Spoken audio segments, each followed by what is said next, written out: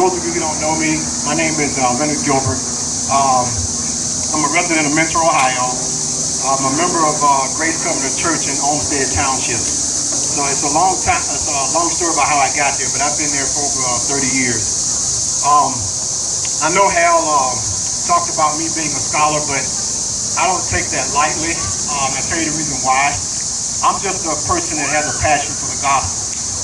And when you understand the gospel, everything you see going on around you is going to make sense. When you don't understand the gospel, then you're going to be totally lost. You'll have no idea of what to look for, what solutions we have, and how we're going to fix the problems that we live with. So what I want to talk about, what's wrong with our country, because all I hear about the same discussions over and over again.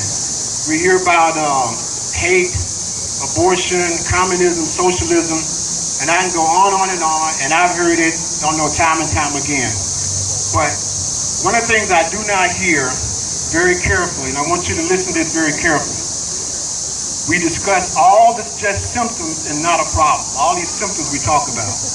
And we only have one problem in this country, and it could be summed up with one sentence. This country has a sin problem. That's it. And if you don't recognize that, trust me, you're going to spend your whole life going in circles trying to fix it. Now, for those of you who are biblically astute, as Jesus stated in Mark 4:9, he who has the ears to hear, let him hear. Now, the reason why I say this is because when you talk about problems, I rarely hear about the problem that we have with our church.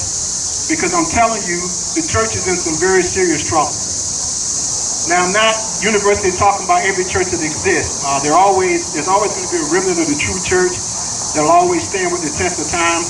Because Jesus said in Matthew 16:18, and I also say to you that you are Peter, and the rock I will build my church, and the gates of Hades shall not prevail against it.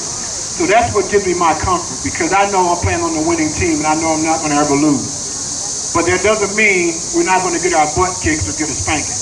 I can tell you that. My mama assured me of that. So anyway, I want to tell you one of the biggest lies ever sold by the church, and that is that man is basically good.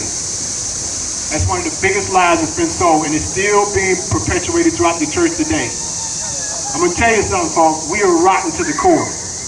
That doesn't mean we can't do good things. It doesn't mean the fireman can't save a child. It doesn't mean the policeman can't do a heroic act.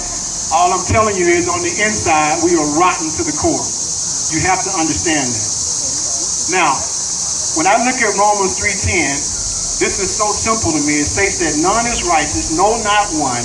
There is none who understands, and none who seeks after God, and say that man has the will to choose God. How they come up with that is beyond me. I do not see that. You have to be creative to make that happen. And when you start to do that, that's when you create yourself as a man-centered person instead of a God-centered person. And that's what we have today, even amongst Christians. That's why we're having a problem. I'm not surprised when we basically become man-centered, because I think about the Enlightenment period and that deadly lie that continues to be alive and well in the church. So I can go on even further to say that when you look at the criteria that was established in the book of Acts, I would say that many places now that are calling themselves a church, they don't have a right to do so. And I can comfortably tell you they're theologically bankrupt. There's nothing coming out of them. Some of them I can't even stumble to sit on because I can listen to it for 10 minutes and say, you know what, I got to go. I can't do it. That's how bad we are. I'm not a biblical scholar, but I know one thing. The Word of God is very clear. The problem is if you start adding to it, that's where you're going to go into a problem. It's just things just aren't there. Look at it, read it, context. We can't even do that. And I'll tell you the reason why we can't do it.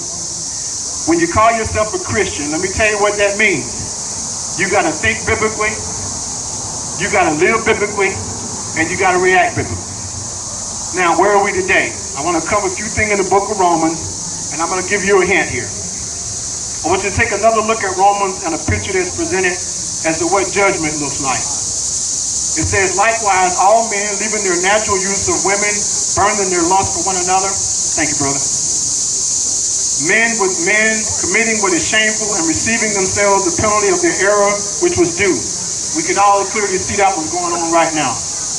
But the one I concentrate on is rarely what we talk about is in verse 28. It says, even as they did not retain God in their knowledge, God gave them over to a debased mind. Now, who knows what a debased mind means? Basically what it means is you're crazy. That's what we are right now. I'm talking about Christians and non-Christians. We're basically crazy. All right? Now, I'll tell you the reason why. I'm going to give you just a short few examples because I know we got to get out of here. Let's take, for instance, this whole nonsense of Social Security. All right? The Bible clearly states that taking money from me out of my pocket and using it to give to someone else is called theft. Now, how clear is that? Okay? But we're so crazy now. If you try to take it away, we'll kill you to keep it. That's how crazy we are. Christians and non-Christians. This is what a debased mind is. All right. You pay into a system you spend your whole life pouring money into, and you die, and you can get nothing. That's a good deal, isn't it? All right? That's what you call total insanity. Now, not only non-Christians, but I say Christians alike. So, now, how often do you hear this coming from the pulpit? I don't hear it. Okay? I'm moving right along here. I'm going to cut through real fast because I know this is going on a little too long, even for myself, but we're going to get through it. Because my mama told me, she said, when you have to say something, say it with as few words as possible. And the reason why she said that, because if you could say it with as few words as possible, you want people to say, I wish he would say more, as opposed to saying, I wish he would shut up. So again, we talk about being theologically bankrupt. I'm going to get back to two more points here. All right. The second that I have is the property tax. It runs against the whole entire biblical concept of wealth building and expanding the kingdom for Christ. And again, it's very simple. It's called theft. All right? A man and woman works his or her whole life paying off his mortgage. In the end, you come to the realization you only leased it from the state or the government. All right? Non-Christians and Christians alike have grown to accept this as normal. All right? Do you hear much about this coming from the pulpit? Nothing. Now, another one is the public school system, my favorite. The Bible is very clear that parents are responsible for educating their children. I'm not responsible for educating your child. I'm responsible for educating my child. Now, I may choose to help you educate your child as an act of charity, but to take it from me and give it to someone else, again, that's called theft. This is very simple. All right. Now, you look at this, people are okay with taking my money from my pocket and paying for your child's education. We'll sit on the outside, we complain about it, and then we send our kids back into the same chaos every time. No option, no way to get them out. Did you hear the church talk about finding alternatives to help these parents out? No. Just like the abortion thing. We talk about babies and stuff like that. Well, you can't be doing it, you can't, but is the church out there trying to help out? Are we putting organizations together trying to figure out how to help these parents? No.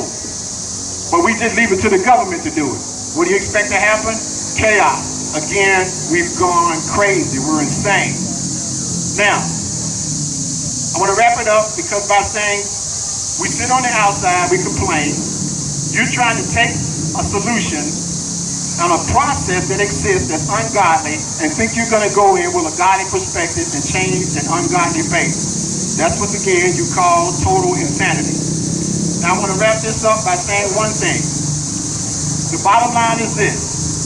You're either going to do it the way God told you to do it, or you're going to pay the consequences. That's simple.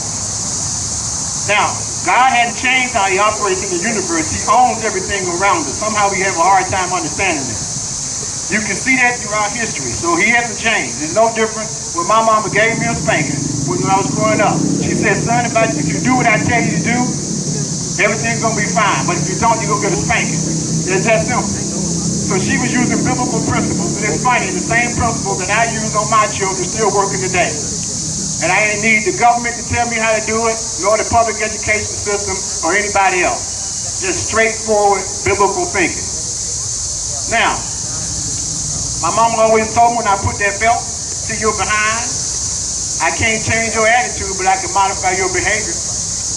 I guarantee you that. So, I wanted to end by saying this to my friends that are living in the end times and the rapture friends and my dispensational friends and my amillennial friends, and you keep going on and on with all the amillennial and eschatology people out there. I got one big message for you. I can comfortably tell you one thing. The end of the world is not in your near future. And you're going to say, oh, I thought Jesus was coming. I thought he was coming. Yeah, he is, but he ain't coming back where you think he is. Let me tell you the reason why. If you think for 1 minute, you're going to put all these children, break God's law, box him in his face, look at him and say, I don't give a damn about this, I don't give a damn about that, and not see the consequences of your actions, then you have totally lost your mind. You're going to pay for it, and you will see. God will promise you you will see it. He did it in history, he'll do it again. And the sad thing about it, not only will you see it, your children will see it. And then they're going to sit back and say, what were mom and dad thinking? Are they that crazy? And they were right. The answer to that question is they were crazy. So now, I'm going to bring it home, man. This is it. I want to tell you one thing. Don't give up, because it's easy to quit. The people on the outside always want the Christians to quit. Let me tell you about Christianity. Christianity is not for chumps. I can tell you that right now. Just because you become a Christian, that doesn't mean you put yourself on the floor and become a carpenter and let people step all over you. You got the Word of God in your hand. You got a Constitution. It hadn't changed. You got the Bible in your hand. He gave you a vision. What more do you need? All you got to do is act on it. We're acting like losers.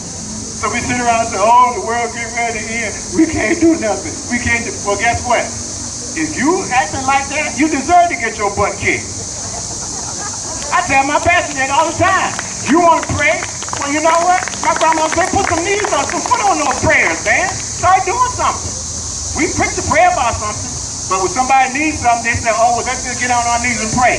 Well, guess what? You got to do more than pray, bro. You got to do something. So I end it with this. God bless you. I pray that we are effective in what we're doing, and don't be discouraged, because let me tell you something. History has shown that one person with God's grace can make a difference, and that's why I keep going. Everybody enjoy yourselves. God bless you, and God willing, I'll see you again. Take care.